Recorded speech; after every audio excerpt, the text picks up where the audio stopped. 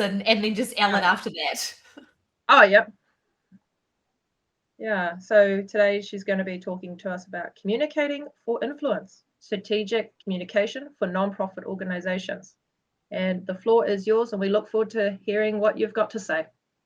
Thank you so much, Jasmine. And sorry, just so I don't get it wrong, please remind me what time you need me to shut up by. Looking at 1:30, ideally. Perfect. And then, or it's 20 minutes and then questions afterwards. So Perfect. how you want to play that? No, that's wonderful. And I'm so sorry, I can't see anyone else, but I take it there's other people on the call. Yes. Awesome. All right, I'm just going to crack into it. Fabulous.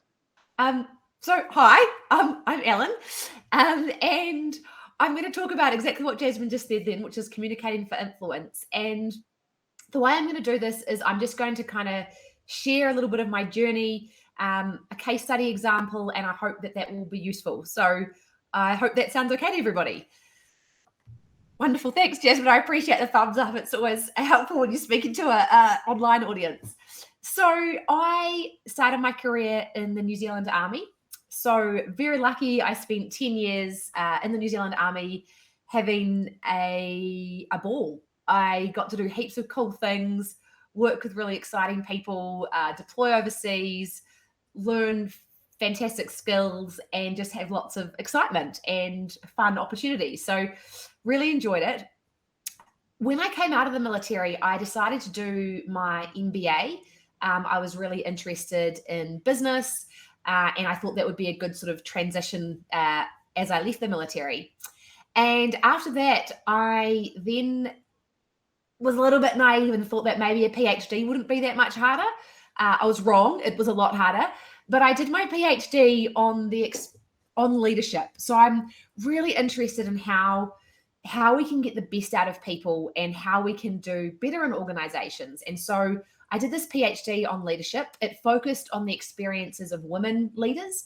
And my case study was the New Zealand Army because, well, I had good access to participants from there. But it very much did cover well beyond the military. And the findings, I guess, were perhaps not that surprising. They were disappointing. But the findings were that there was some sort of key gender-related barriers that were facing women in the workforce, and specifically my case study was the military. And the three kind of main ones that came out was that in many organizations, there can be a culture of sort of disrespect towards women. So this can range from at one end of the spectrum being perhaps not particularly nice comments or not being very inclusive, right through to sort of really horrible stuff like blatant discrimination and even sexual harm. So that was kind of one theme. The second one was a theme around this concept of authentic leadership. So what I found in my research is that organizations, we tend to teach people what leaders are, and they fit a very specific mold. So, what a leader looks like, what they sound like, how they speak, how they interact with people is very much sort of in a mold, which is often considered quite kind of directive. You need to be quite decisive. You need to be very, professional, whatever that means, is supposedly what a leader is. And I found like that a lot of women in my case study more naturally had a different approach to leadership. So they were more relational in their approach. They had a more collaborative sort of approach and were often kind of considered softer. But I feel like soft is not a bad thing. And so that was sort of a big theme as well, is that there's this disconnect between only sort of respecting one type of leader as opposed to valuing that there's a whole lot of different ways people can lead. So that was the second thing. And then the third thing was this challenge around being a parent in the workforce. So all the logistical challenges of managing children while also contributing to the workforce. And then my case study being the military was, really heightened with the challenges of, serving, deploying overseas when you have kids. So they were kind of the three themes. So sort of this kind of culture of disrespect, the challenge relating to the differences in leadership approaches, and then the challenges of being a parent. From there, I then got asked to speak at a couple of different events about my kind of journey of doing this research. And then, I ended up consulting back to the New Zealand Army for about 18 months.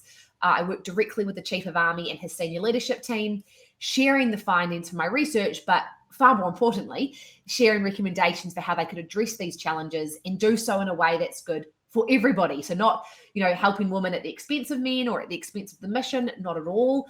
How do we bring everybody up? And so I spoke at a few different events, and my story there kind of snowballed. Lots of people from my audiences then wanted to come up and tell me their stories. And I completely unintentionally ended up embarking on this subsequent pretty significant research project on the experiences of working parents. So I need to be upfront. This research was not the same level of rigor as my PhD, but there was something in it. People just kept telling me the same stories. And at that point in time, I had a 3-year-old and a baby. So I was on parental leave second time round. And I was kind of marinating in this, thinking none of these stories are good. I don't really like the fact that there's all these limited opportunities for being both a parent and, a professional, ambitious person from a career point of view. And so I was marinating in this and thought, I want to do something about this. I don't think the world has to be this way. And so I created this movement, #WorkSchoolHours. Now, I don't have enough time to go into it now, but if you want to find out more, I've got it on my website. So ellenjoannelson.com is my website.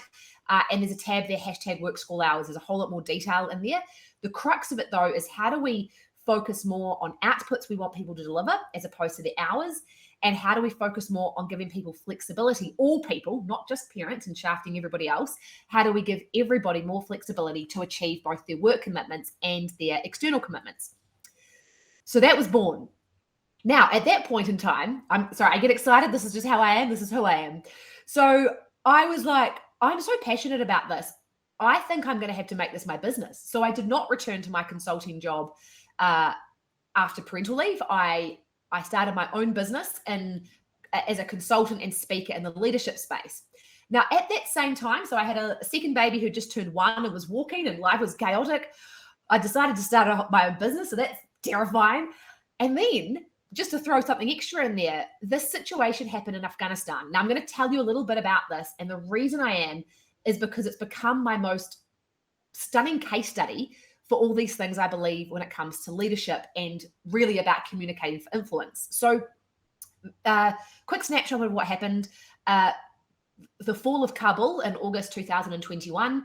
And what that meant is that anyone who had worked for a foreign defense force or a foreign government was in at great risk. And so I had been lucky enough to serve in Afghanistan 12 years ago when I was in the army. I was an engineer officer. I had this fabulous team of Kiwi soldiers and also Afghan locals. And they really touched my heart. They weren't sort of like, oh, yeah, the locals. We were a team. So we worked together. We shared meals together. We shared stories and laughs and hopes and dreams together. And I was really sad when I left Afghanistan because I kind of figured I'd probably never see them again. Anyway, fast forward to August 2021, one of them reached out to me in desperation saying, please, Ellen, can you help? We're in danger. We've, literally are in hiding. We are at risk of being killed, to put it bluntly. And I said, I have absolutely no idea how to help, but yeah, of course I will. I'll do whatever I can to help. And in a matter of days, this snowballed and kind of grew into this most monumental, overwhelming task that I never could have imagined in a million years that I would have been involved in. But I was, and it grew from helping just one person to 563 actually was the number of people involved in the end. And the first step was to get their visas. So I went through about a month working this volunteering until sort of 2-3 in the morning, night after night, doing pretty tedious administration work, doing visa application documents for hundreds of individuals. And after about a month, got the visas, great, but that still kind of meant nothing because these people were all stuck in Afghanistan. And at that point, I'm being really honest with you, my mental health was not good. I'd lost about 10 kilos. I wasn't eating, I wasn't sleeping, the stress, I still was breastfeeding a baby. It was a pretty tough situation, and I felt responsible for these people in Afghanistan, but really didn't know how to get them out. Anyway, this sort of magical week happened. 3 guys reached out to me. They'd seen me in the media advocating for these Afghan people, And these 3 guys, and 2 of them I can name, Chris Parsons, who used to be the Deputy Chief of the New Zealand Army. He was also previously the commanding officer of our Special Air Services. So Chris Parsons, and then another one was Martin Dransfield, who is a colonel in the Army infantry, and he's served in Timor and a whole lot of other places. And anyway, they all reached out to me separately, kind of because they could probably tell, shit, this woman's drowning. She doesn't know what she's doing. Well, no, they weren't that unkind, but they reached out and kind of told me about their experiences and expertise and connections. And I realized, oh my goodness, they all know some things that I don't. And they all know some things that the other doesn't know. Maybe we could be a team. And so what do you do in the middle of a global pandemic? In a lockdown, I set up a Zoom call. So it was 9 o'clock at night because we were, doing a Zoom call with people in different time zones. And the 4 of us started chatting, and it turned from this sort of state of despair to this tiny little speck of optimism. Maybe together we could do something about this. And we knew the first thing we had to do was collaborate with the government. So this was not going to be something that, like us 4 randoms could achieve by ourselves. We needed to collaborate with the government. And we also knew by that stage that the government, they needed some extra support for this because, evacuating people from Taliban-controlled country in the middle of a global pandemic when people don't have passports is not in line with kind of the standard government processes for this. So we knew that, they were going to need some help from people who had connections on the ground, and we knew we needed their help. So this is where the communicating for influence bit comes in. What we tried to do to start with was to connect with MFAT, that's the Ministry of Foreign Affairs and Trade. And there was really good people there in there, so I don't want to speak poorly. But the truth is we weren't kind of making headway. So we were trying to say, hey, let us in the tent. We know some things, but, fair enough. The government's like, well, why would we listen to a bunch of 4 randoms? So we used the media.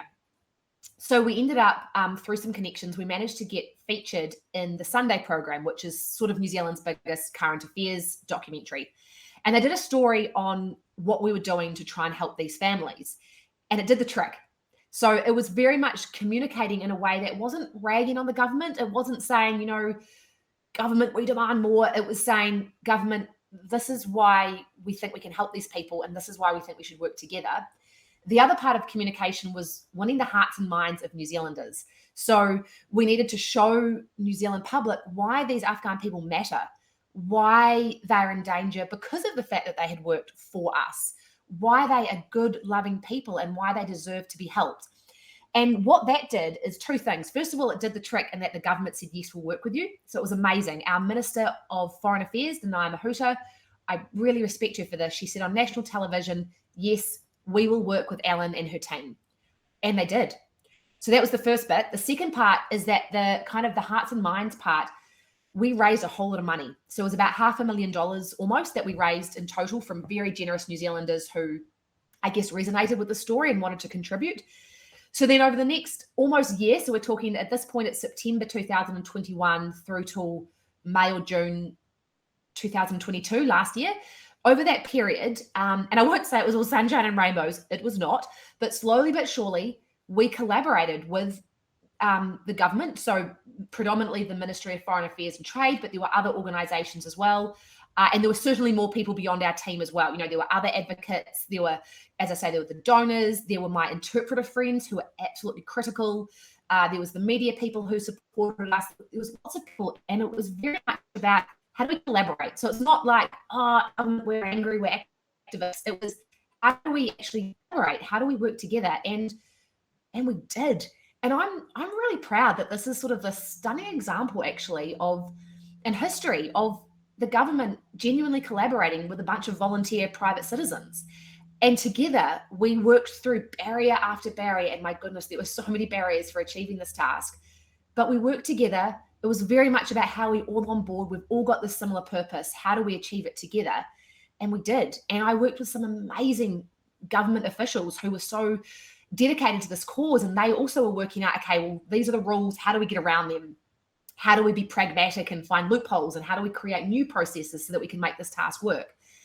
Anyway, at the end of the task, there was quite a few people that came to New Zealand, but a very big chunk of those people, 563 of them, were the ones that our team was supporting. So as I say, not just me, it was Martin Dransfield and Chris Parsons as well, plus many more supporters, but we managed to achieve it. Now, the reason I wanted to share that story is not to just say, look at this nice thing that I did, but what I realized is that the way we operated as a team absolutely was in line with all these things that I believed in. So wind back the clock when I'm telling you about my story about understanding leadership, understanding how some of the challenges of being a parent, some of the barriers facing women, about, you know, not valuing different leadership perspectives, and that the fact that being a parent's tricky because work's 9 to 5, at school's 9 to 3. That's sort of my starting point. And what I realized is that the way we operated as a team aligned with all of those things. So I now have a kind of a leadership model, which is belonging, autonomy, purpose.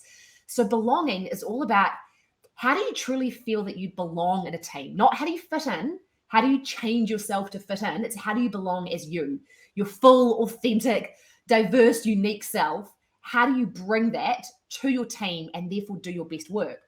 And so in this Afghanistan evacuation story, I've probably always kind of worn my heart on my sleeve. I'm a big personality. I get excited. I'm passionate, but I've never been so real before in this task, ever before. I cried in front of my team, something I would have previously thought was unprofessional. But I did. I bawled my eyes out on a number of occasions. This was sad and traumatic stuff. People's lives were on the line. I yelled in frustration and swore about how fucking angry I am that things aren't happening properly. Another thing that I would have previously thought, well, that's unprofessional. I laughed hysterically. I did ridiculous things like make a rap video for my team to make them laugh. But being able to I also breastfed most of our meetings because that would keep my baby calm. And I did them in pajamas because it was 9 o'clock at night. I'd be in my dressing gown, baby on the boob, talking through how we were going to help these people. So in terms of belonging and actually being able to show up as my whole true authentic self, all of me, warts and all, feeling comfortable that I could bring the not so wonderful parts of me, also meant I could bring my A game.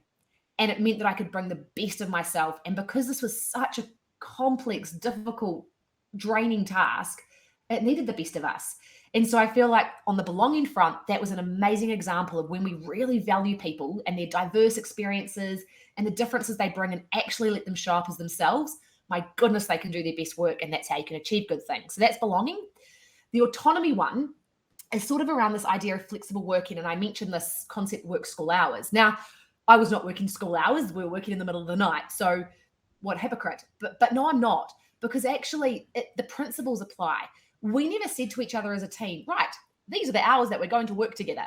It was purely about, these are the outputs that we have agreed to each other that we will achieve, and we'll just go away and do them in around our lives, which were very busy. We all had our actual jobs and work. We all had children. So we just got the outputs done in and around everything.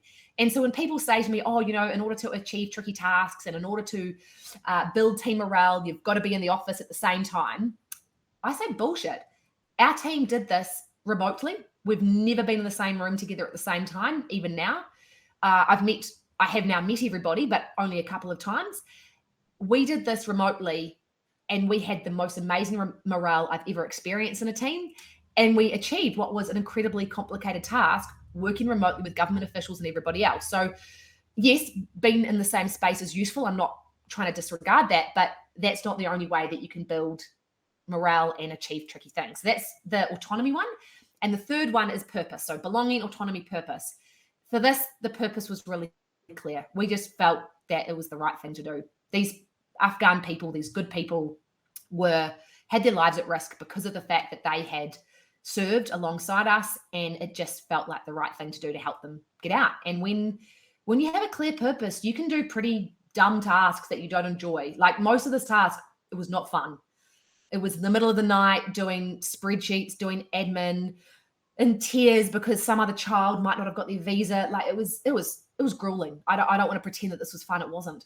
But because the purpose was so clear, and because I had such belonging with my team and I had such autonomy, I actually really enjoyed it. It's a weird thing to say. We had fun. Our team had fun achieving this task, and I'm really proud that, again, our team and all the other people that came along with us achieved this. So I guess that's sort of my summary is I really believe that when people feel they belong, when they have autonomy, when they have clear purpose, they can do their best work. And I think that this Afghan case study is a really great example. And just to tie back in again with the title of this topic, which is communicating for influence, communicating is about how do you bring people along. It's not how do you fight and talk about our differences. It's how do you find your common purpose? How do you make everyone feel that they belong? How do you bring everyone on board? And when you do that, that's when you can achieve really great things. So I will pause there so that there's some time for questions if there are any. I hope that was a useful discussion.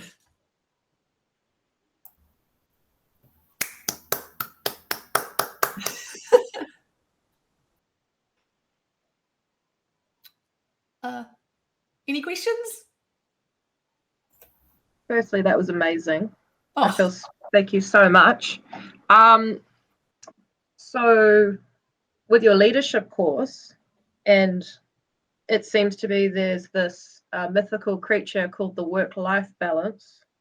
So with your course, how is it done or able to be achieved in those busy work-life schedules that the mums and women have? Yeah, so I guess it's not a course as such. I do leadership workshops and I give keynotes, but those workshops I do them in school hours. That's basically, I do travel a little bit, so work school hours isn't this like dogmatic, you can only work between 9 and 3, nothing outside of that. That's not the case. But it's really about how do we, instead of work-life balance, a bit of work-life integration. So how do I prioritize the time that I want with my kids and my family, as well as the fact that I'm really ambitious and I have priorities at work. So I'm not someone that wants to spend 24/7 with my kids. Amazing parents that do, that's not me. I like my own stuff and I like my own opportunities to engage with adults and, think and be creative in that space. But I very much, I've set my business up around the fact that I basically work school hours and I want to create opportunities for other businesses to realize how if they do more flexibility and focus on belonging, they can also have better work-life integration. And this is the bit that gets me really excited. It's commercially smart. Like the happier your people are at work, the more they feel they belong, the more that they feel that they've got autonomy, that they actually have a purpose, what they do matters. They'll be more engaged, they'll be more creative, they'll be better performers, and they will make you more money. So it is commercially smart to adopt these kind of principles and a culture in your workplace.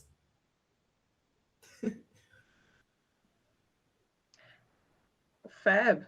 What would you say to someone who looks at the different leadership ways, because there's more than one way to skin a cat, and they were to say, well, our business is running fine, people need to be like me, we have a certain work culture, we're just going to get people like us, then what would you say to them? Oh my goodness, you're missing out is what I would say. So sure, it's effective enough. I'm not saying that those businesses are failing. They're probably not. They're probably going along fine enough, but they are massively missing an opportunity. So if you want to really solve complex problems, and if it's a commercial operation, if you really want to understand your customers and your clients and how to make money, if it's a military organization, you actually have to relate with people on the ground. You need diverse perspectives to be able to do that. So if you're just doing it with a bunch of people that look and sound like you, you are really missing a trick, because these other perspectives would make a huge difference. And then the other thing is, if you bring in these diverse perspectives, diversity without inclusion is a waste of time. Diversity and then kind of bringing these token others in and then still kind of making them act like you, and you then lose their diverse brilliance. So it's actually about how do you bring different perspectives in and actually let them shine as themselves. That's when the magic happens. So to businesses that are getting along fine, cool, great. But businesses that really want to excel and really want to succeed in the future will benefit so much more by bringing in diverse perspectives and actually including and valuing them. Oh, wow. Does anyone else have any more questions with this amazing speaker? Because her time is precious and she's got to pick up her kids. Her gems. Yeah. No? Well, thank you so much. I really enjoyed that. I've certainly learned a lot, and it's kind of given me inspiration, because I'm quite a charismatic person, and my background's legal, and it just seems like my femininity, my who I am as a person, just doesn't seem to be welcomed in the corporate environment, and someone who doesn't really respond to catty behavior. And because I have 4 siblings, that's actually quite inspirational. Like, yes, I can have my cake and eat it too. Excellent. I can be, do leadership, have the business, and sorry, what was it? Yeah, really awesome. Thank you so much. I'll definitely tell all my friends who are in the same boat as me about it. And I look forward to always seeing what you've got on LinkedIn. Really interesting articles worth a read. Really nicely written. So thank you so much for that. Yay, thanks so much, Jasmine. And sorry, one thing when you said the cake and eat it, I always love that saying. I'm like, what's the point of having cake if you can't eat it? So anyway. Thank you very much. And I'm going to run if that's okay, so I can absolutely go to school pick up. But thank you very much. Ka kite anō. Ka kite anō. Bye. Bye-bye. Thanks, Brett.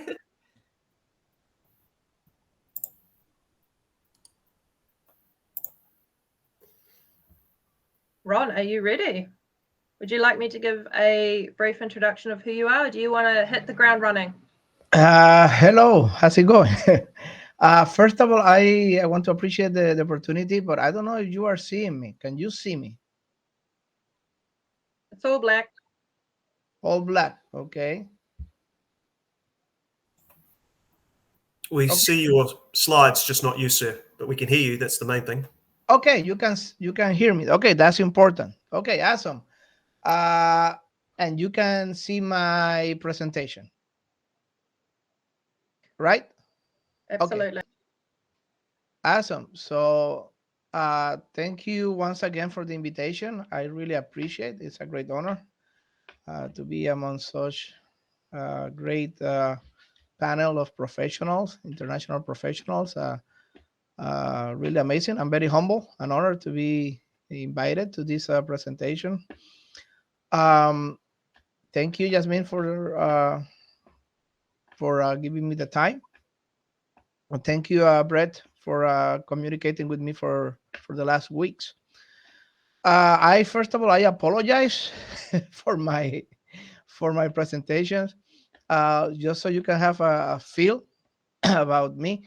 I did a lot of career in Washington, D.C. after my military career, and I was as a contractor, and I was as a government officer at the very high levels, advising the CBP commissioner, he's the Customs and Border Protection Commissioner at Homeland Security. I was at the Joint Staff at the Pentagon for many years. I did intelligence with the CIA and at DIA as a contractor. So basically, I went many times to the National Security Council to do several national strategy issues in different subjects, and I wrote intelligence paper for the National Security Council also at once. So basically, for the last 5-6 years after I retired from the government in the United States, I was living in Europe. I lived in Europe for about 4 years, and I did dozens of presentation, conferences, classes. Sometimes I did many talk shows. I was in London, I was in Bucharest, Romania, in Madrid, in Paris, in Italy. And one of my specialties was to give the people how the U.S. government works, how the strategic intelligence work. So basically, I was very direct on my presentations, not like a drill sergeant kind of, but I was kind of direct. Okay, I'm gonna tell you how really things work at the Pentagon. Let me tell you how really things work at the National Security Council. Let me tell you the relationship between the president and the press. Let me tell you a relationship about this and this. So I was kind of direct in my presentations. I tried to soften my tone here a little bit for this presentation, obviously. But basically, that's what I did for about 5 years that I lived in Europe until recently.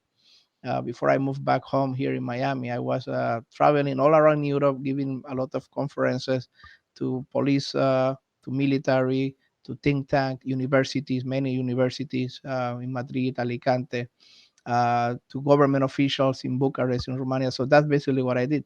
So Brett asked me about this presentation. So I'm just going to give a very fast, quick introduction. I'm going to be very blunt about how I see and how do I understand strategic communications based on my experience in Washington, D.C., over 14 years of experience in Washington, D.C. in several agencies. So that's basically what I'm going to do. So you can contact me anytime, and I have a YouTube channel where I put a lot of interesting videos in my YouTube channel.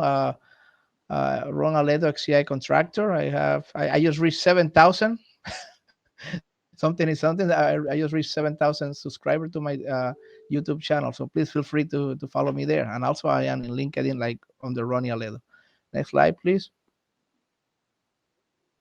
Yes, I was in Afghanistan 4 times in 2011, 2012, and one whole year from 2014 to 2015 as an advisor to the police.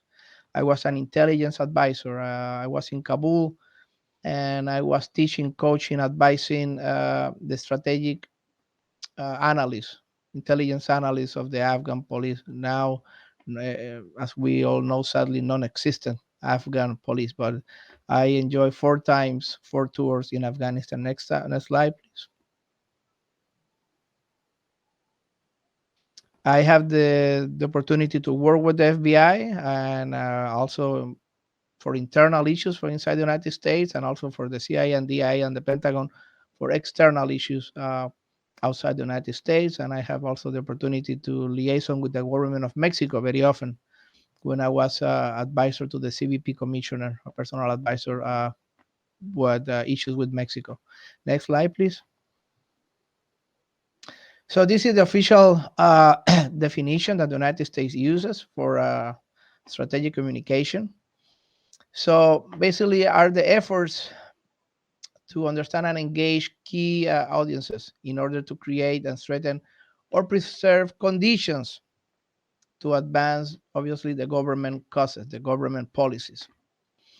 And we need to, and this effort is coordinated with all the agencies, with all the ways or the tools available to synchronize the message for national, obviously, to promote our elements as a way to promote our goals, and one tool that our actions of all elements of the national power. It belongs to the national power. It doesn't have to be only bullets and weapons or military action or economic sanctions.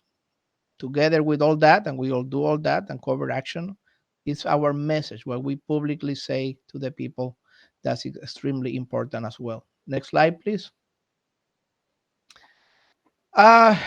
Basically, employing information coupled with actions to align target audience perceptions with our policy goals. There are the elements of strategic communication.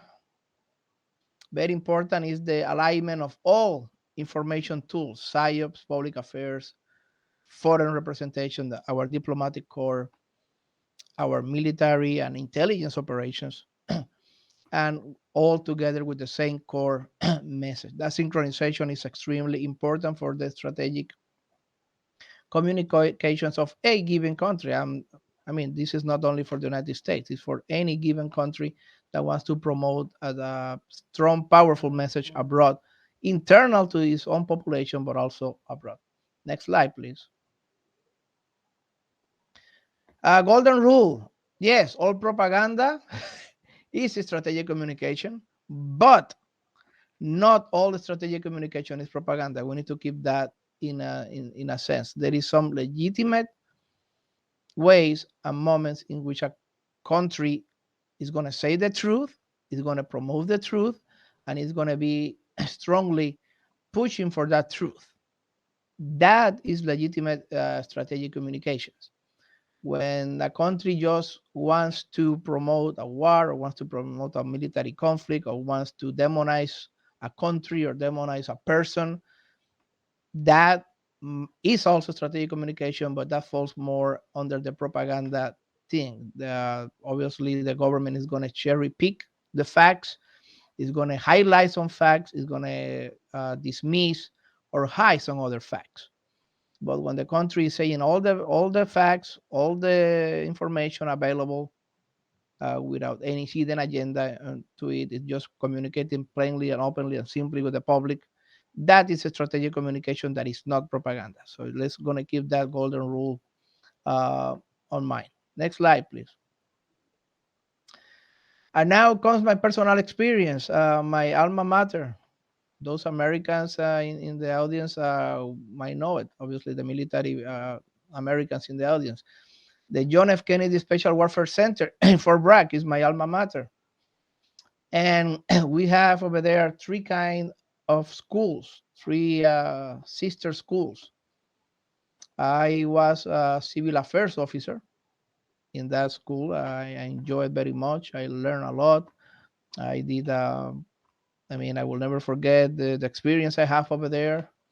Year 2001, year 2002 in Fort Bragg. And I was as a civil affairs officer. Basically, everything that have to do with the civilian engagement, everything that have to do with becoming a political advisor to high rank commanders and generals. We did at the time something that politically correctness later forbade, is the human terrain. We study cultures. We study everything that have to do with the idiosyncrasy of a certain ideology, with anthropology of a movement, his ethnic backgrounds, his religious background, cultural background, historical background. That's what I used to call human terrain. You can go back to the slide, please, that I was talking about. Thank you. So that was civil affairs. And obviously, in a military conflict, civil affairs officer, we also take care of the civilian displacement camps.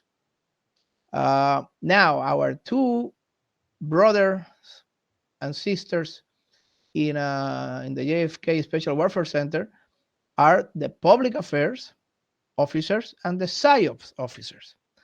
And we all took classes together. We all took classes with the same instructors. We all took classes with almost the same curricula and almost the same textbooks.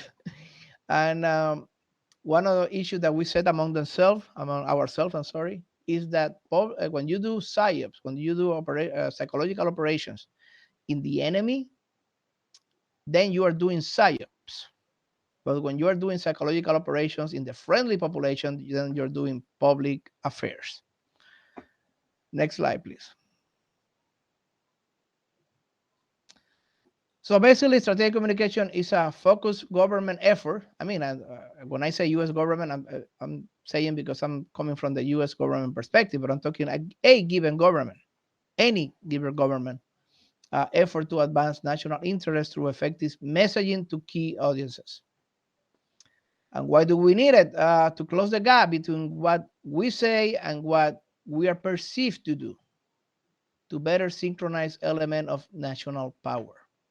Basically, we need a strategy and we need a tool and we need all the elements to push our message. Who is the bad guy? Who is the good guy? Why are we here? What are we gonna do about this? So we need to be ready to answer the questions of the journalists, and we need to be ready to push for the message that we want to push. Next slide, please. How it works. Okay, this sounds very controversial, but this is how it works.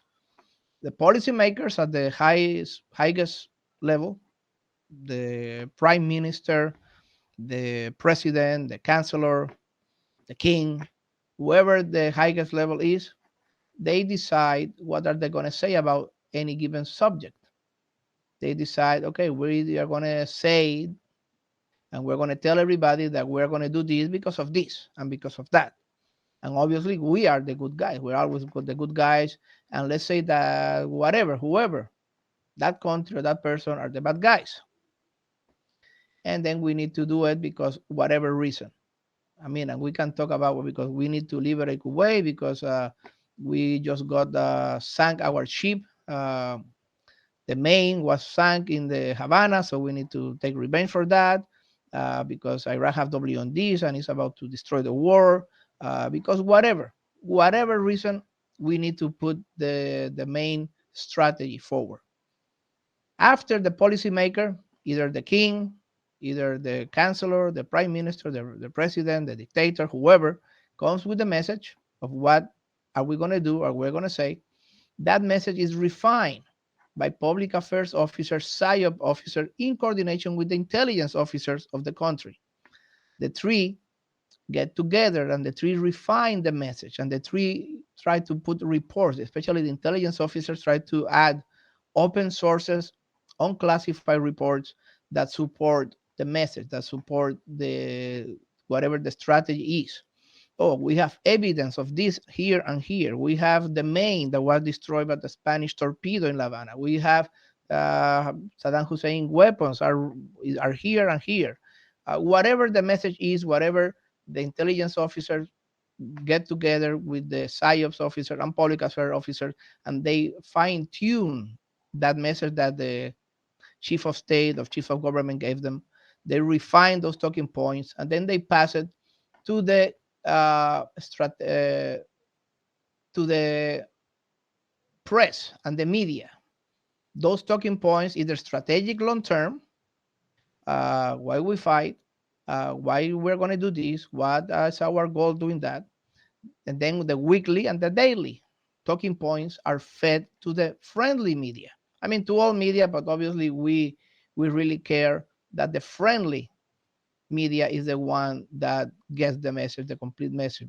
If the unfriendly media wants to take them and publish them, it's up to them. Hopefully they do, but obviously we cannot control that. But for sure, we want that the friendly media gets the message. Then that friendly media and the press, they feed those talking points to the mass population as news. That is how it works. All from the chancellor, or prime minister office to the PSYOPs officer and intelligence officers to the press to the people. That is the chain. That's how it works in real life, in the real world. Next slide, please. Now, when when a government, any government or any state wants to have the absolute or preponderance of the absolute resources on the control of the communication of the mass media, they have two ways to do it. Obviously, if they declare a martial law, if they declare war, then that state will use extremely harsh punitive methods and the law enforcement methods to enforce that silence and to enforce the one message only. That happens in all wars whenever a state is in martial law. Lincoln did it during the Civil War. Lincoln, here in the United States, and every single country that goes to war, that declares a martial law, obviously suppress any comment or press or media that is contrary to their message or that is going against their message by law, by police, by force, period. Now, when a country is not able or is not in martial law, there are still other ways, very strong ways, to censor the message that are contrary of the message that the given government is pushing. It's not going to send the police. It's not going to be like a martial law, but there are many other ways. You can invoke uh, control of the social networks. You can say that is untruth information, that it hurts some people's feelings, that is that information goes against the politics of that social media, that is a hate crime, that is something that is not politically correct to say, etc. There are many other ways, indirect ways, to censor a message that the government of any given country don't want to push. Uh, and they want the totality of the message. Until recently in the United States, one party, one political party in the United States has about 85% of the media under its control, I mean, friendly and aligned, and about the same, about 90% of all social media. Then came Elon Musk, and Elon Musk bought Twitter and removed that platform, very powerful platform, from the control of that political party, that political ideological movement. Obviously, that political party and all the press that supports that political party is not happy with Elon Musk because now they don't have the full control anymore. They don't have that 90% of control. Their control of the message, of the narrative now have fallen perhaps to 70, 65%. So obviously they don't like that. That political party and media that is aligned with a given government, they don't like to have 60% of the control of the narrative. They want 90% at least of the control of the narrative. So that's something that is happening in the United States right now with Elon Musk taking over Twitter. Next slide, please. Something of the strategic communication is not also pushing for a message or a censor some messages. They also don't like people to remember other messages or other narrative that goes against their narrative. They're going to try for the media to forget, and the mass and the people and the masses to forget what is not what doesn't align with the narrative. Next slide, please. Before in the state of war, obviously the narrative was very direct, very blunt, very dramatic, very graphic. That's how we used to control the minds and heart of our own people. I'm not talking about science. I'm not talking about for the enemy. I'm talking about for our friendly population. Today is a little bit different. It's not that blunt. It's not that graphic. Next slide, please. Today we use the same methods. We use the same strategic communication. We still try to push the message, but in a more measurably, politically correct, soft way. Most of the time, we use international arena. We use international forums. We came with our evidence. We came with our own intelligence assessments that says why we are right, why that person or that country is a danger, what evidence we have, etc. It's the same thing that we used to do 100 years ago, but a lot more subtle, a lot more soft, a lot more politically correct, using international arena and international forums in a softer way. But still, the heart of the strategic communication of the government is still the same. I want everybody to think what I think. I want everybody to have the same ideas and the same vision and the same policy that our government has about this issue or that issue. Next slide, please.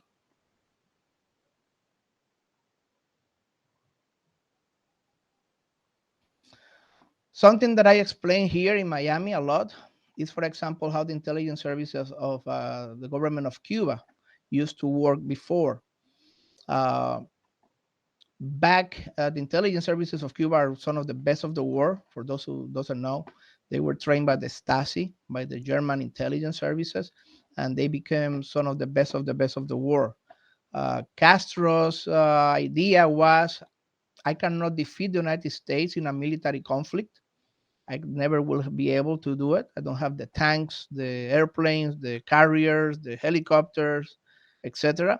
But I might be able to go toe to toe, hand to hand with the United States in intelligence. So Castro decided to train some of the best ever intelligence officers in the world. And as a result, some of the missions that the Cuban intelligence services did during the Cold War was pushing for all kind of movements, armed movements in all of Hispanic America, Central America, South America. They push for all kind of armed movement, insurgencies, Sendero Luminoso, Movimiento Izquierda Revolucionario, the FARC, Farabundo Martí, Sandinistas, etc., etc. They all had the coordination, the help, the advisors of Cuban intelligence officers. That was during the Cold War. Next slide, please. Today they change.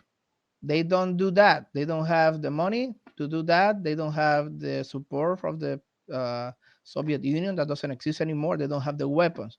So now they use strategic communication as their main weapon. If you hear of Puebla and Sao Paulo, the initiative are pushed by Cuba, coordinated by Cuba, pushed out by Cuba. And their main issue now is winning elections, is doing mass communications. They use press. They use everything from universities to push their message. They use Latin American poetry contests. They use Latin America movie contests, movie production to push for one message only, a message that will help their political candidate. Also, another issue that they use in another tool that the Cuban use today in the strategic communication is the soft coup or the soft power uh, revolution or coup.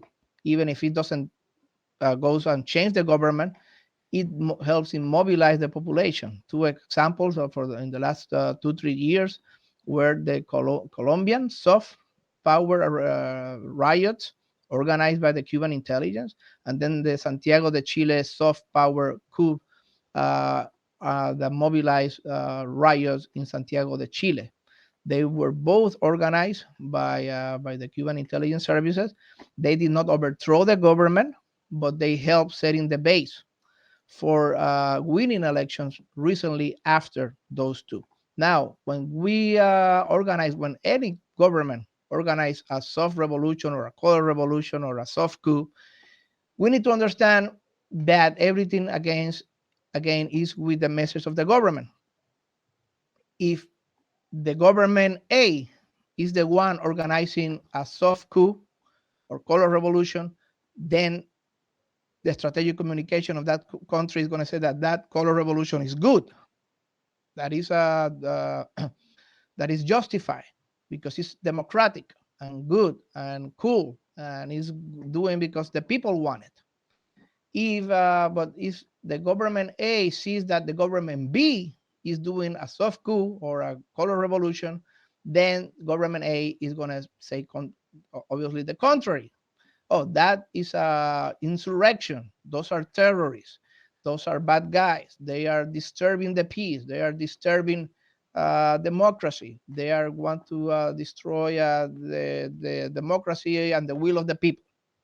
So all depends with which lens you see that coup. Are you seeing it from the state A that does it, or from the state B that, or from the lens of the another state that wants to do it in a friendly country of yours? Everything is with the lens you see it. Next slide, please. Again, everything is with the lens you see it. Is a coup or is a freedom movement to liberate people? Everything depends with the ideology and the lens of the state you see it. Next slide, please. I always recommend people everywhere that I went to Europe to read these websites. There are wonderful websites where you can have a lot of information, especially fast.org. You have a lot of information over there, and obviously the CIA Library Center. You have thousands and thousands of documents that were previously classified and now they are unclassified. And I recommend people to read them, to see them, because they can, it's amazing, all the kind of knowledge you see over there of all those unclassified documents, papers, former intelligence officer in their interviews, etc. So I always people who wants to know about strategic intelligence to read about this. Next slide, please. And now I'm open for any question. Thank you very much for your time.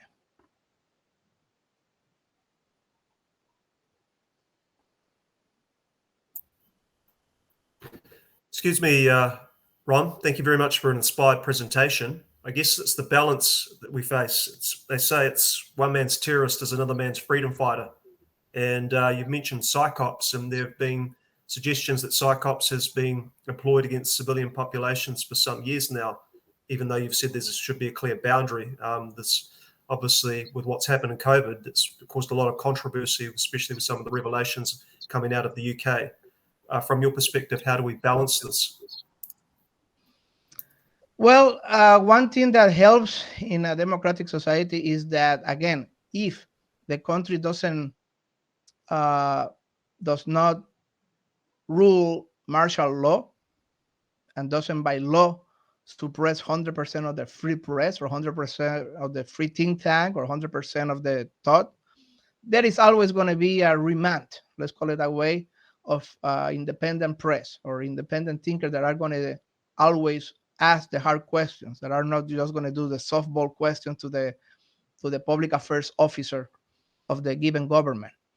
And there are going to be always a think tank in a university that is not going to that is going to use critical thinking, and it's not going to swallow as easy every single message that the press secretary gives us.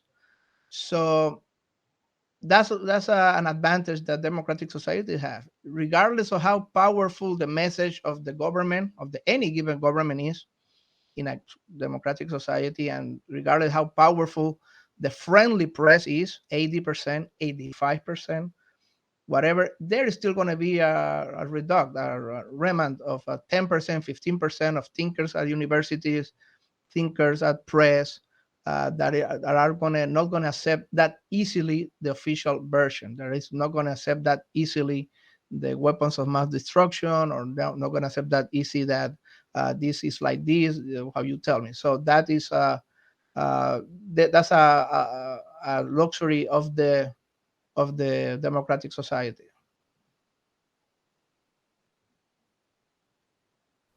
Thank you. I see Jeffrey's hand is raised. Jasmine. Yeah, thanks. I'm Jeff Buchanan. In fact, the next presenter, retired U.S. Army Lieutenant General. Once upon a time, back when I was a Major General, 2010 to 11, I was the Director of Strategic Effects in Iraq. That was my fourth tour in Iraq at that time. And one of my jobs was to be the spokesman for U.S. Forces Iraq. And I may have misunderstood. I didn't catch it exactly. And I just want to make sure that that either I correct it or get the correction. But on one thing our presenter said when he was talking about PSYOPs and focused on friendly versus enemy, what I understood that he said was that PSYOPs focused on friendly was called public affairs. And if that's accurate, I couldn't disagree with it more. We don't do PSYOPs on friendly populations, certainly not our own citizens. We use public affairs to inform people, not to influence them. And in fact, if a public affairs officer is found using PSYOPs or spinning or doing things that we want our PSYOPs officers to do, we want to use PSYOPs to influence the enemy. But if we find that we're doing that on our own population through Western or international press, we will lose credibility quicker than anything else we could possibly do. So maybe I misunderstood what you said. I'm not sure exactly I heard it correctly, but that's my comment on that.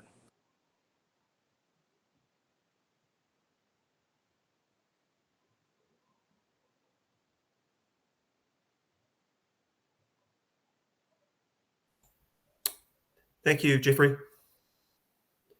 Maybe that's a good time to move to the next speaker, which is, of course... Well, just a comment to the general, you allow me. What we used to say in the JFK school is that it was something colloquial among us.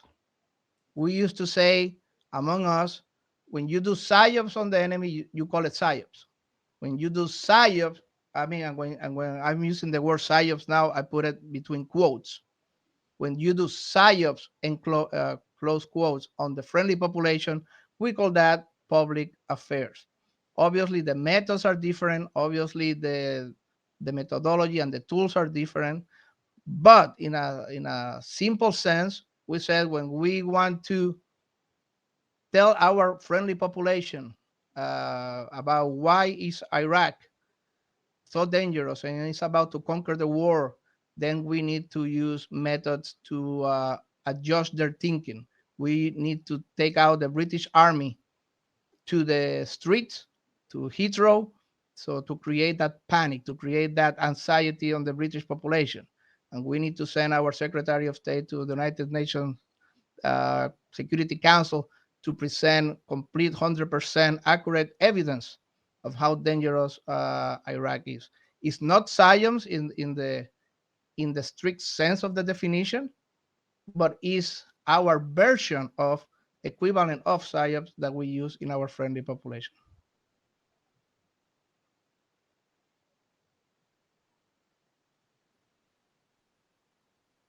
Thank you, Ron, for that.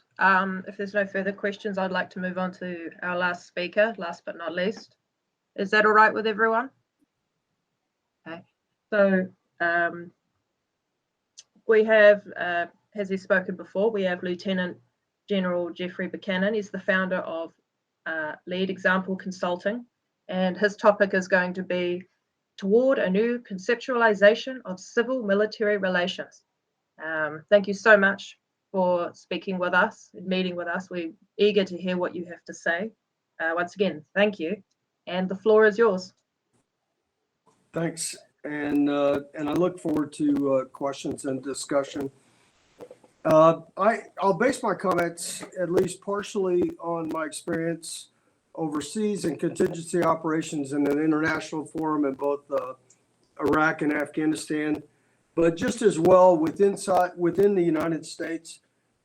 In that my last job before I retired, I was the commander of 5th Army, or U.S. Army North, and in that capacity, I was the Joint Force Land Component Commander for North America. And in that role, I commanded the military operations in support of civilian agencies for a number of disasters, 5 major hurricanes, wildfires, as well as in support of the U.S. Customs and Border Protection for issues that we had on security for our southwest border, the border between the United States and Mexico. And so I commanded the military forces in support of those different civilian agencies. And I came away with a lot of thoughts about that and how to actually improve some things that at times are lacking. So the first thing that I'll say is I'm going to start from a military perspective, but recognize that that both civilians and military will play a role here, and civilians could be within one government. For example, I use the U.S. system. It could be, the U.S. Department of State and the U.S. military, or it could be in an international environment. And I'll use my experience in Afghanistan. I was the director of operations for the NATO mission in Afghanistan, Operation Resolute Support in 2015 and 16. So it could be military to civilian from a larger agency, like in this case NATO, or different countries that were part of NATO, independent countries, or the country actually that we were there to support, Afghanistan. So there's a lot of different aspects towards this, but I want to cover a little bit on the military mindset, and what I hope to do is inform our civilian audience and maybe help both civilian and military audiences figure out how to work together more effectively. Jeffrey, sorry to interrupt you, sir. We're getting a lot of feedback off your microphones. It's very staticky. Is there anything that can be done? Sorry to interrupt, sir. Okay. Let me see if I can turn off other devices.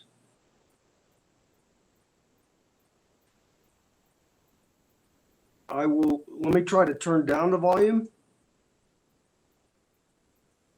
Is that better? Say a couple more words, please. 1, 2, 3, 4, 5. Still there a little bit, sir. How about now? Still slightly staticky. My apologies. There's nothing else. I can try to disconnect and reconnect if you all want. I'm not sure what else to do. So, and Professor Abbott says we can hear you, so I guess just proceed, sir. That's fine. We just thought we could see if we can make it a little bit better. Thank you. Okay. I'll try to speak slowly and enunciate. So one of the problems is our military doctrine that informs military culture. And every country is a little bit different with how they look at this, but I'm going to start with the United States example. You know, we have what we call our principles of war, and these are supposed to be immutable. We learn them from prior to the time we were commissioned, you know, when we're attending school at a university or at U.S. Military Academy or Naval Academy. And there's a series of these principles of war that we are always supposed to keep in mind. And some of them, like simplicity, surprise, security, all of these things are very intuitive. One of these principles of war is called the unity of command. And the idea is that in any military operation, there should be one commander, one person in charge, and all of the orders or systems run through this one person who is in charge. The problem from my perspective is that sounds really good and it can work inside a very small, finite military operation. But as soon as you start getting in the international frame of reference or get in more complex operations, multiple services, unity of command it's a pipe dream. It rarely can ever happen. I'll take my experience in Afghanistan in 2015 and 16. You know, we had 40 countries that were part of the coalition at that time. And, you know, if I wanted to issue an order to somebody from Romania or Georgia or Australia, their first call, even though I was the director of operations for the operation, their first call was probably going to be back to their national headquarters because they wanted to make sure that whatever I was telling them to do from a overall operational perspective was working in the context and was appropriate in the context of their national directives. And frankly, we shouldn't be surprised by that. That's how countries work. That's the importance of sovereignty. But there wasn't true unity of command. There could be command within one country system, but even if I tried to give orders wearing my NATO hat, you know, we had countries in the coalition that were not part of NATO. I just gave you the example of Georgia and Australia. Very important contributions to the effort, but I couldn't wear a NATO hat and use a NATO authority to direct them what to do. Likewise, we were actually all in support of the Afghan security forces, and I didn't have directive authority over them. So unity of command sounds good. It works well in a small environment, but when you get in a large international stage, it doesn't work very well. And I haven't really even touched on the civil military aspect of it. Even within the United States, I could be in charge of forces from a military perspective, but I'm not going to be in charge of what the Department of State or one of our intelligence agencies or the Department of Commerce does. You know, they're ultimately going to fall under the authority of the country team, which is the U.S. ambassador. So what I would tell my folks is don't worry about unity of command. I know it's a principle of war, but frankly, it's irrelevant and not important. What we need to focus instead on is unity of effort. So how can we work together without a directive authority, sometimes to solve some wicked, complex problems? And I think that the overarching idea to help make this a reality is that you've got to unite around, unify your efforts and unite around a common purpose. Because, you know, let's go back to the Afghan example. The troops from Denmark may have different authorities than the troops from Romania, which may have different authorities than the troops in the United Kingdom. But if we're all working together toward a common purpose, everybody can contribute in their own way, and we can work together, unity of effort, to solve a tough problem. But if we're just focused on who's in charge and who can tell whom what to do, we're probably going to drop the ball. And that certainly affects things in a military to civilian context, especially when, either the civilians are in charge or the military is in charge, but neither one has directive authority over the other. So again, let's go to the example of a disaster response. And I know that I'm going to use a U.S. example. It may be different depending on the laws in your country, wherever you happen to be. It could be that in a disaster, the military is actually in charge. But within the United States, in our system, when we have a disaster, unless we have a direct declaration of martial law, the military is going to be in support of some civilian agency, not in actual charge. And so for hurricane in 2017, we had 3 major hurricanes impact the United States. And I commanded the U.S. military forces that supported each of those. The first one was Harvey, which hit dominantly Texas, but a little bit of Louisiana, our states, on the Gulf Coast of the United States in late August of 2017. Then we had a week later, Hurricane Irma hit the U.S. Virgin Islands and Florida. And then about 10 days after that, we had Hurricane Maria impact both Puerto Rico and the U.S. Virgin Islands, but did most of its damage on Puerto Rico. So I'm going to flash forward to the third of those, Hurricane Maria. Now, I was in command of about 15,000 troops. We had 4 ships, again, joint forces. So it's easy for a military commander to command military forces, but I was not in charge of the response. FEMA, from a federal government, our Federal Emergency Management Agency, was in charge, and we were all in support of the governor of Puerto Rico. Puerto Rico is a U.S. protectorate. It's a commonwealth. And so we were all in support of the governor of the commonwealth. And so I had command over the military forces, but not all of the forces. We had a wicked problem, if you will, with respect to airspace, because shortly after the hurricane tore across the island, it destroyed all the airspace, the air control radars. Our Federal Aviation Administration was in dire straits to control the airspace around the airports. And we were able to get in military radars so that they could control that airspace. But it was just the airspace around the airports. There was nobody in charge of the airspace between the airports or across most of the island. And the wicked problem is that we had a lot of helicopters. I mentioned 72 helicopters. Those are just the military helicopters. We had our U.S. Coast Guard, our Drug Enforcement Agency, Customs and Border Protection, civilian news helicopters. We had all kinds of stuff in the airspace, and it was uncontrolled. And I was really concerned that we were going to have some midair collisions because there were no specific routes to go or anything else. Recognizing the risk, I directed our aviation director to invite everybody else who had an interest in this airspace into a meeting and work together to establish a system for what we call procedural control. And in the end, they put a map on Puerto Rico, and frankly, it looked a lot like Fort Campbell, Kentucky, the way they laid it out. We had 3 routes that went east to west and 4 routes that went north to south. And where these routes intersected, we had certain checkpoints, and we established controls that if you were going to fly, it didn't matter who you were, military, Coast Guard, a civilian aircraft.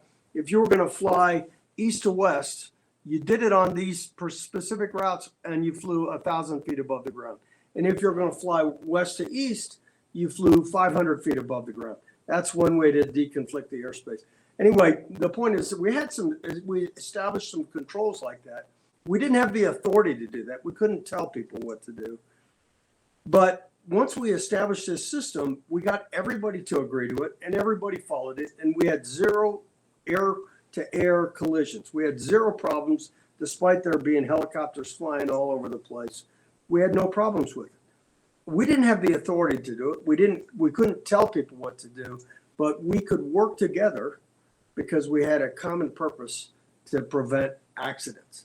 This is exactly what I'm talking about. How do you unite the efforts around a common purpose and get people to work together? And if your going in position is, I'm in charge, I'm going to tell you what to do, you're probably going to lose. It's not going to work. And it doesn't matter if you're civilian or military. But the point really is to figure out how we can work together to solve some of these problems. Now, I'll give you another example. And this is within just a military context, military to military. But one of my jobs, this is back in 2013 to 15, I was the commander of the military, what we call in the U.S. Army, the Military District of Washington. And I was also a joint force commander of all the joint forces around Washington, D.C. from a federal perspective. We also have state ownership of, Virginia National Guard, Maryland National Guard, and the D.C. National Guard. And they are under a governor's authority, not the president's authority like our federal forces are. And so we work together, we operate independently. And one of my nightmare scenarios for Washington, D.C. was that we'd have a big earthquake. There are earthquakes in Washington, D.C. One of my nightmare scenarios is we'd have a big earthquake and one of the bridges across the Potomac River would collapse. And of course, in my wicked imagination, I always made the problem as bad as possible. So imagine now that this bridge collapses, but it's at night in wintertime. And there's 1,000 people in cars in the water. I knew that if that happened, I was going to get a call right away from the chief of police, and she was going to ask me for help. And the help that she was going to ask me for was get helicopters in the air, because I had a lot of helicopters under my command. And she wasn't looking so much to pull people out of the water as to spot people for, especially with our systems, to be able to find people so that boats could pull them out. So if, in fact, I got that call, my first phone calls were going to be to our 2 airfields where these helicopters were based, and they were on alert for other missions. And I was going to tell them to spin their rotors and move to the sound of the problem, if you will. But my second call was going to be to the commander of the Washington, D.C. National Guard, because I knew he was going to get that same call. And shame on us if we didn't work out some sort of control measure. So I would tell, his name was Errol Schwartz, Major General at the time, and I'd tell him, look, what do you think? Let's look at this particular point on the land sticking out into the river. I'll keep my helicopters to the south. You keep yours to the north. Really simple control measure. I didn't have the authority to tell him to do that. He didn't have the authority to tell me to do things. But we got to figure out some way to work together to solve a problem, or we're going to create more problems. And that's just an example. So the civil military aspect of that is absolutely critical. It doesn't matter what agency you represent, what your particular interest is. If you're in the Ministry of Foreign Affairs for your country and you're working, in concert with the military on an operation, you probably don't have authority over them and they probably don't have authority over you. Well, so what? Let's figure out how are we going to work together, bringing each other's strengths to this particular situation to solve what can be very, very difficult problems. It helps when you're approaching a situation like that if you know who is supposed to be supporting whom, and then you work towards that. And if you're in support, and I go back to the U.S. example and the disaster response, we were in support. I knew that my orders followed a military chain, and I knew that technically I only had to follow orders of my military chain of command, terminating in the president. But I always, every morning in Puerto Rico, I met with the governor to ensure that what we had planned and were doing was in support of his priorities and his objectives. Because if we were not working together, it defeats the entire operation, the point behind it. Now, one thing that I think anybody can do on either the military or the civilian side is get advisors from somebody that doesn't look like you. You know, if you're a military officer, bring a civilian in, especially if you find somebody who has experience in this particular organization you happen to be working with, or bring a couple of them in to work as advisors for you.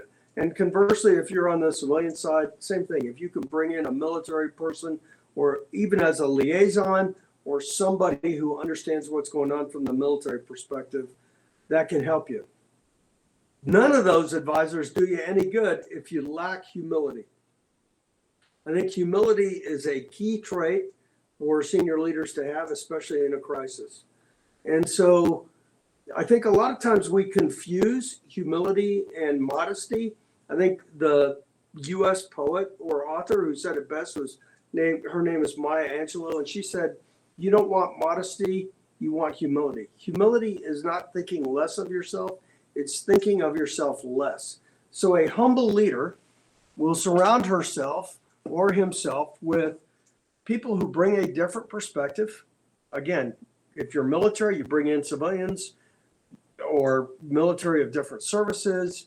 Same thing with the civilian side, you bring in some military folks to bring a different perspective. But your going in assumption should not be that you're the smartest person in the room. It should be that you have something to learn from everybody. Now, if you're the key leader, you're still going to have to make and own the decision that you make.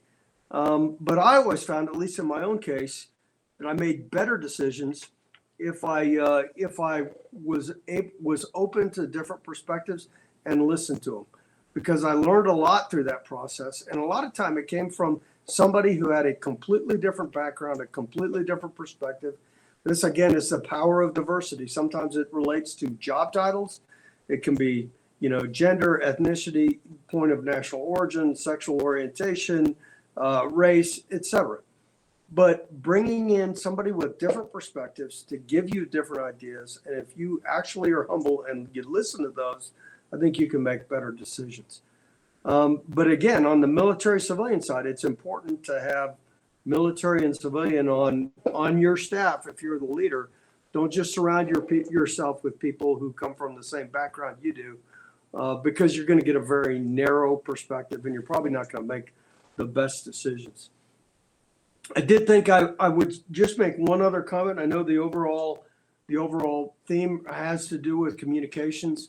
I spent a lot of time, I didn't necessarily want to, but I spent a lot of time dealing with media, a lot of quality time on Al Jazeera, CNN, BBC, The Guardian, Fox News, NBC, MSNBC, et cetera. All of these different outfits. And so I have a lot of experience and a lot of scar tissue from that. One of the most important things that I think any leader can do in a situation is to clearly understand what the rules are of an engagement or an interview. And, what I would tell military officers, at least, is your going in position should be to assume that everything is on the record. So there's basically 4 categories: on the record, background, deep background, and off the record. And what I would tell these folks is you need to assume that everything's on the record. Everything you say in this is going to be quoted and attributed directly to you. That should be the going in position, and that actually keeps you at pretty safe ground. Background is when you can be quoted directly, but it's not attributed to you. And you'll see this a lot, in some story, they'll say a senior military leader or a key government official said X. Deep background is similar, except for they can't even quote you. They can only paraphrase. So they could paraphrase you and again, attribute it to a senior government official. And then off the record is a really interesting one, because that's a system where they can't quote you. They can't even paraphrase what you say. They probably can't even say that they talk to you. But the point is it's a place for open and frank discussion. Now here's, again, my thoughts. Your safe place of operating, especially if you're a military officer, should be on the record. You need to assume that everything is on the record, and that's actually where you're safe. I think that there is a place for our public affairs officers and people who are press professionals to operate on background and deep background. But again, what I used to tell the operators and the military leaders is you got no business being there. Why are you going to say something that you don't want attributed to you? Maybe you shouldn't just say it, and so that's where I think a lot of people can actually get into trouble is when they try to do something to inform or influence somebody, and then not own up to it and not have it be attributed to them. Now, off the record, I found actually very, very useful, but only once there's been a strong relationship built between myself, in my case, and a reporter. If I understand that person, I've worked with them for a while, and I trust her or I trust him, and they request an off-the-record interview, I'm usually happy to do that. But see, there's a chance there in that process for me to learn as well. If you want to ask me, hey, what do you think of Prime Minister Maliki, and we're on the record, I'm never going to go there. I'm not going to talk about that. But if you ask me off the record, well, we can have a frank discussion, and I can inform you and tell you what I think, and maybe inform, the next possible story. Likewise, I can say, hey, what's going on Haifa Street? Because when I go there in an MRAP, I change the equation. I don't see it as you might see it as a reporter in the civilian world. So I think it's a place. It's an important place. It's an important aspect. But I wouldn't ever do an off-the-record interview unless I had an established relationship and absolutely trusted the person who was interviewing me. So hopefully that scratches the itch a little bit and gets people interested in some questions, and I will stand by for those.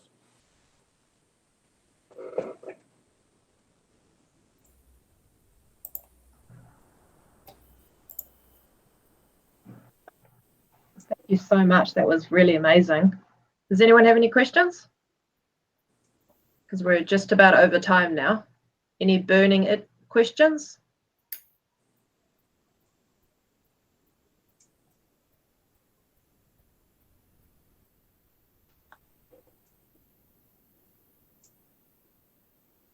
No questions? Well, thank you so much for joining us. It's been such a privilege. I hope you've enjoyed it. I certainly have. I feel more informed and that, and feel empowered, and I just, thank you for that.